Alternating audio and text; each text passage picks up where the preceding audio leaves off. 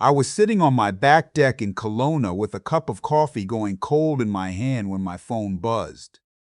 It was a Tuesday in early October, the kind of morning where the lake still had mist on it and the air smelled like pine and something burned you off from the orchards nearby. I had nowhere to be. That was the whole point.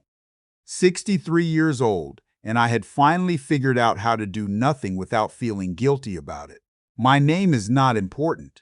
What matters is that 12 years ago, my daughter and her husband stopped speaking to me, and last spring, they showed up at my front door like those 12 years were a long weekend they'd simply been too busy to mention. I should back up.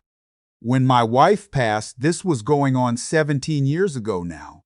I was 56, and I had no idea who I was without her. We'd built everything together. The house in Penticton, the small electrical contracting business I'd been running since I was 29, the routines and rhythms that hold a life together.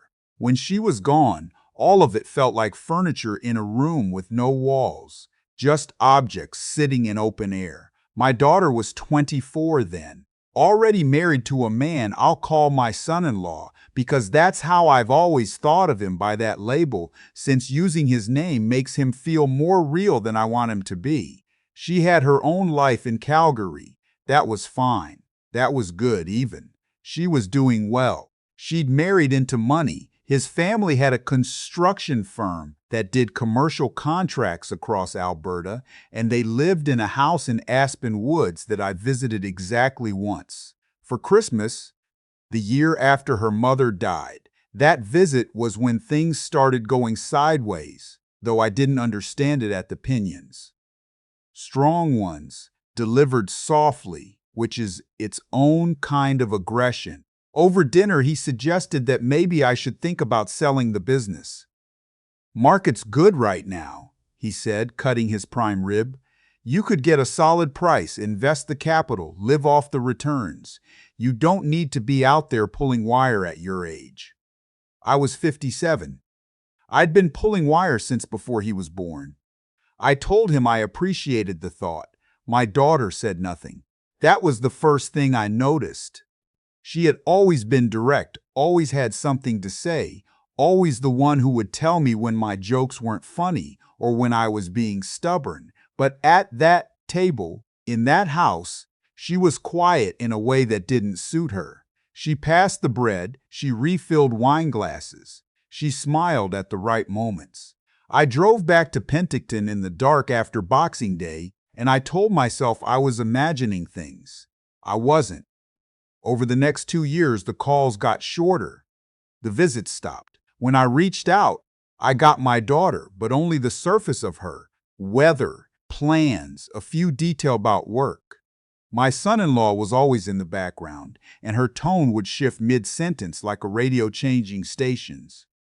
Then came the conversation that ended it.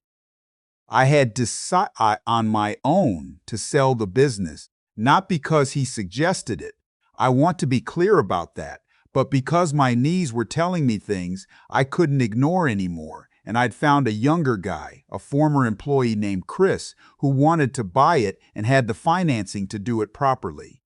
I called my daughter to tell her the news. She was happy for me, genuinely, I thought. She asked how much. I told her. There was a pause. "Dad," she said, "have you thought about what you're going to do with the money?" I said I had some ideas. Property, maybe. I'd always wanted to buy something in the Okanagan. Another pause. Then, "We've been talking. We think it would make more sense if you put it somewhere central, where it could work for the whole family." I asked her what she meant by that. She said her husband's firm was expanding. They needed a capital injection. The returns would be excellent, she said, using words that didn't sound like her words. And it would mean the money was keeping the family together. I sat with that for a moment. "The family," I said. "You mean his family's firm?" "Our family, Dad." I told her I'd think about it. I thought about it for about 48 hours. Then I called her back and told her no. Respectfully, clearly, with my reasons. I didn't know enough about the firm's finances. I wasn't comfortable with that level of exposure, and I had plans of my own for the money. She said she understood. She did not understand. Over the next 3 months, the calls stopped entirely. I sent birthday cards, hers, my son-in-law's. Nothing came back. I emailed. I texted. Silence. Christmas came and went. I spent it in Penticton with my neighbor Alfie and his wife, eating turkey and playing cards and trying not to look at my phone. Then in January, I got one message, just one, from my daughter.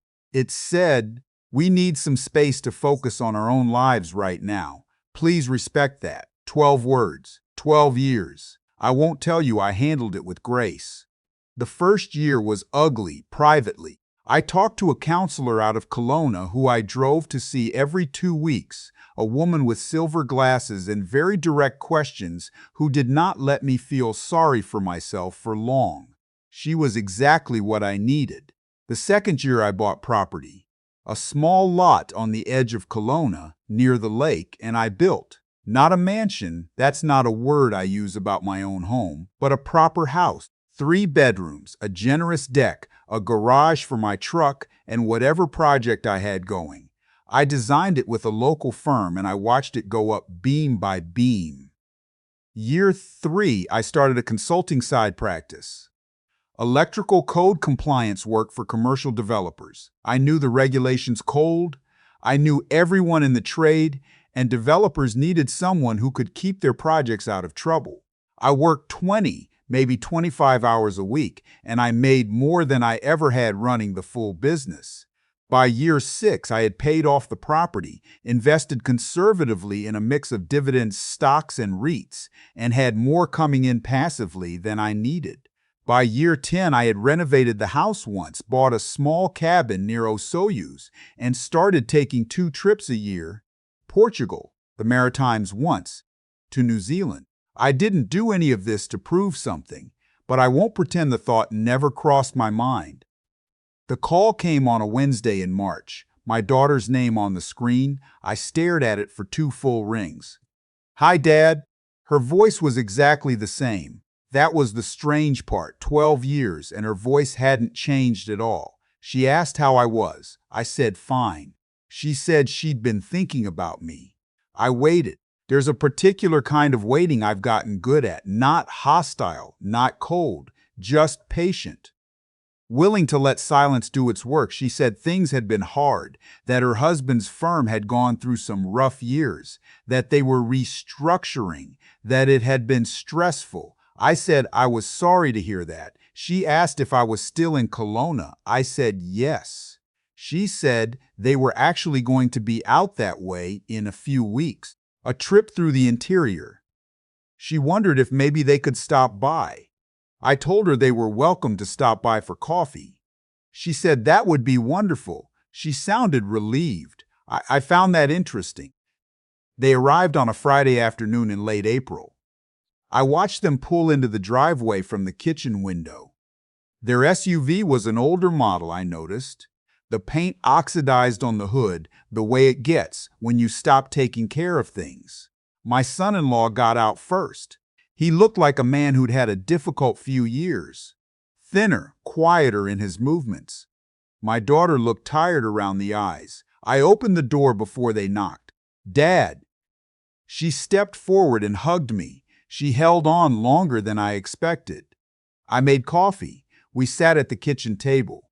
They looked around the house in a way people look at things when they're calculating, though they tried not to let me see that.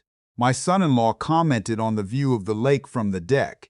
He said something about property values in the area. He said it as if he were making conversation.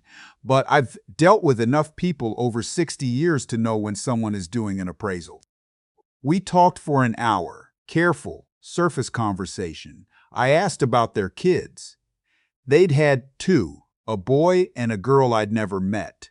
My daughter showed me photos on her phone. The boy was 11, the girl 8. I looked at those photos and I felt something complicated that I set aside for later. Then my son-in-law leaned back in his chair and said, "So, Dad, we've been doing a lot of thinking." I noticed he called me Dad. He said they were looking at a fresh start. Calgary had run its course for them. They were thinking the Okanagan might be a good move, especially for the kids. Better schools, cleaner living, slower pace. He'd already talked to some contacts about opportunities out here. He said the timing felt right, especially since I had the space. I let that sentence sit there for a moment. The space, I said. Well, you've got 3 bedrooms. It's just you here. We figured while we get settled, find a place, get the kids enrolled. It might make sense to base out of here. 3-4 months tops. My daughter was looking at her coffee cup. I took a breath. Then I said, very calmly, no. My son-in-law blinked. I'm sorry? No, you're not moving in. He started to say something about how they weren't asking for charity, just temporary, and I raised one hand just slightly, and he stopped. I said, I haven't spoken to my daughter in 12 years. She sent me a text telling me to give her space, and then went silent. You never called. Neither of you sent a card when I had my hip replaced 4 years ago. My grandchildren don't know what I look like except from a photo you just showed me on a phone. And you've been sitting in my kitchen for an hour, and not one of you has said anything about any of that. The room was quiet.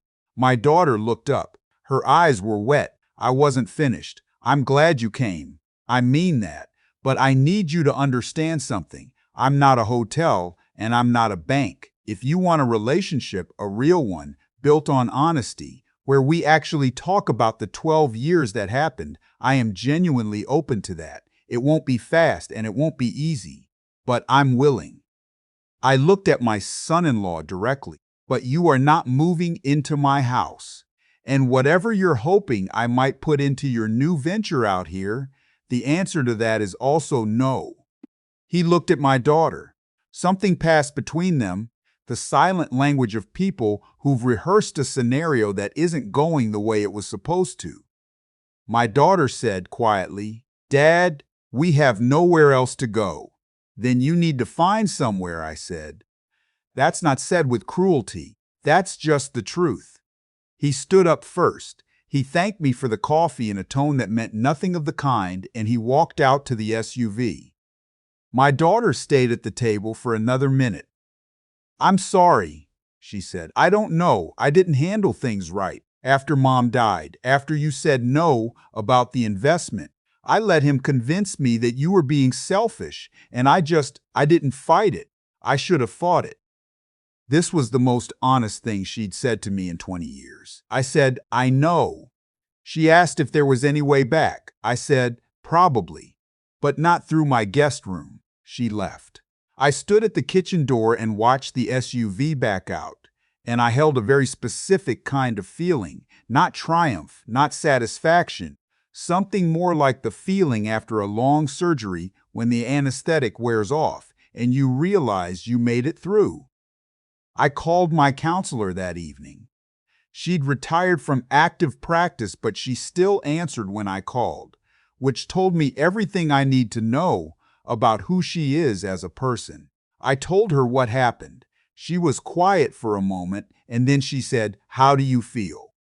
I thought about it. Like I said the true thing, I said, which is different from saying the easy thing. She said that was about right. The following week, I got a letter paper in an envelope, my daughter's handwriting. She said she and her husband were staying at a short-term rental in West Kelowna while they figured things out. She said she'd told him that she wanted to reach out to me on her own terms, not as part of a plan. She said she understood if I needed more time. She signed it with the nickname she'd used when she was small. That detail undid me a little privately in the way that small, precise things sometimes do. I wrote back I'd like to meet for lunch, just the two of us, no agenda. I told her I would like to meet my grandchildren when she felt the time was right.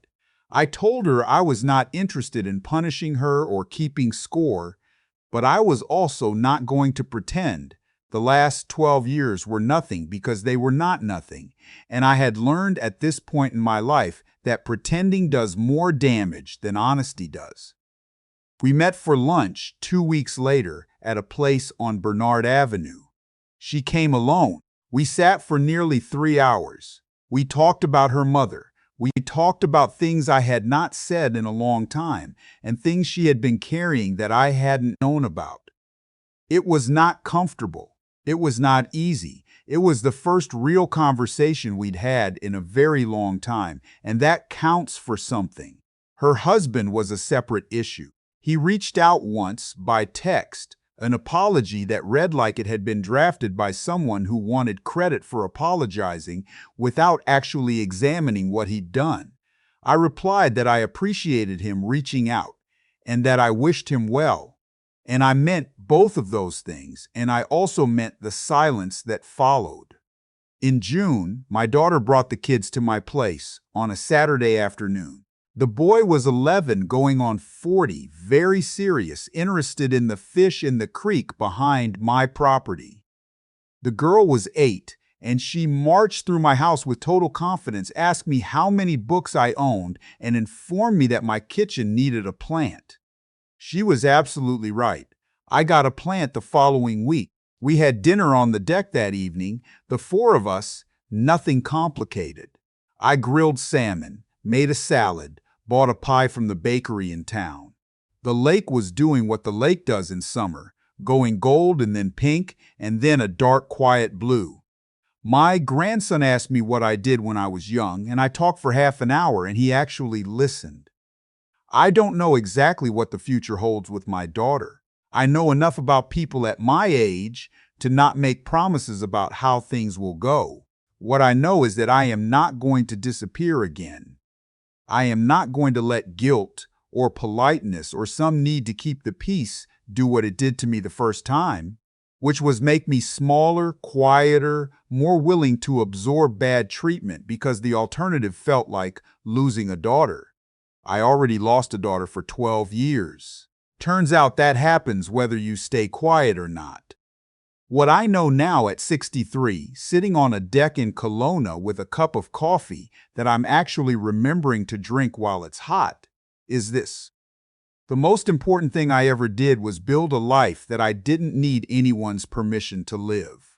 Not my son-in-law's, not anyone's. My daughter texted me this morning. She sent a photo, her daughter, my granddaughter, holding a potted succulent at the farmer's market. The caption said, "She insists this one is for Grandpa's kitchen." I wrote back 3 words, "Tell her yes."